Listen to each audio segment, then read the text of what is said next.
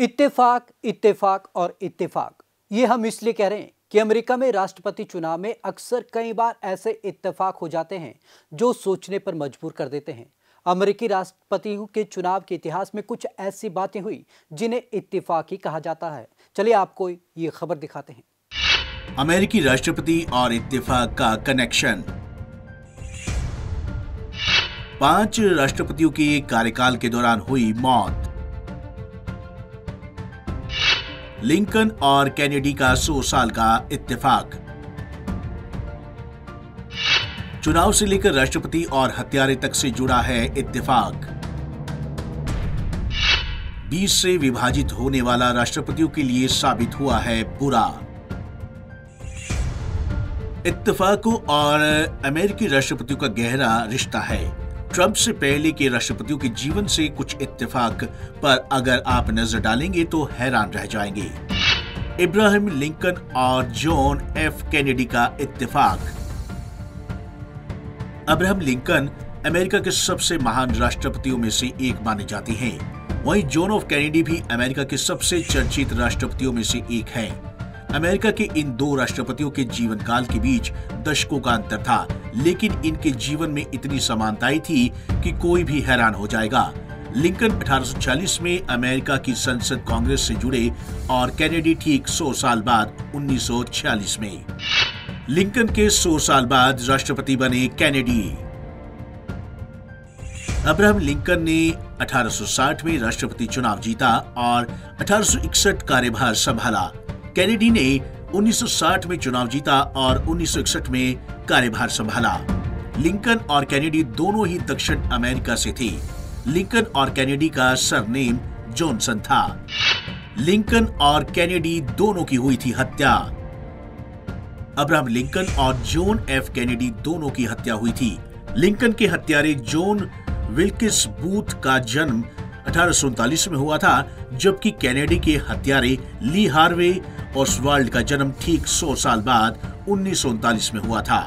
दोनों ही राष्ट्रपति को उनके सिर के पीछे गोली मारी गई थी और हमले के वक्त दोनों की पत्नियां उनके साथ थी। लिंकन के सेक्रेटरी का नाम कैनेडी था और कैनेडी के सेक्रेटरी का नाम लिंकन था। दोनों के ही नाम में 7 अल्फाबेट्स हैं। शराब के कारण हुई थी हैरिसन की मौत। ये कहानी दिलचस्प और डरावनी दोनों है। विलियम हेनरी हैरिसन ने जब बागी टैक्यूमेसनिक को टिपिकैनियों के युद्ध में हराया था, तब एक झाड़ फूक करने वाले हेनरी हैरिसन को श्राप देते हुए कहा था कि हर उस राष्ट्रपति की मृत्यु होगी जो 20 से विभाजित होने वाले वर्ष में कार्यभार संभालेगा या चुनाव में खड़ा होगा। अमेरिकी राष्ट्रपतियों की मौत का 20 से कनेक्शन। अब इसे इत्तेफाक कहें या कुछ और, विलियम हेनरी हैरिसन 1840 में राष्ट्रपति पद के लिए खड़े हुए। तेज बारिश में भाषण देने के कारण उन्हें निमोनिया हो गया। 1 महीने बाद उनकी मौत हो गई। 1840 में 20 से विभाजित होने वाली संख्या है।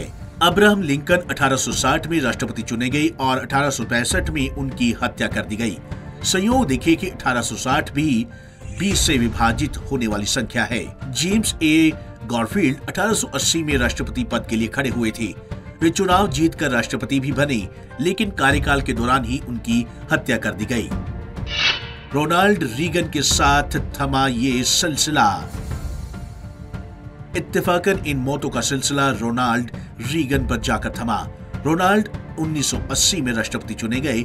उन पर भी जानलेवा हमला हुआ, लेकिन उनकी जान बच गई। 2000 में राष्ट्रपति चुने गए जॉर्ज डब्ल्यू बुश पर भी कई जानलेवा हमले हुए, लेकिन वो हर बार बच निकले। एक और इत्तेफाक।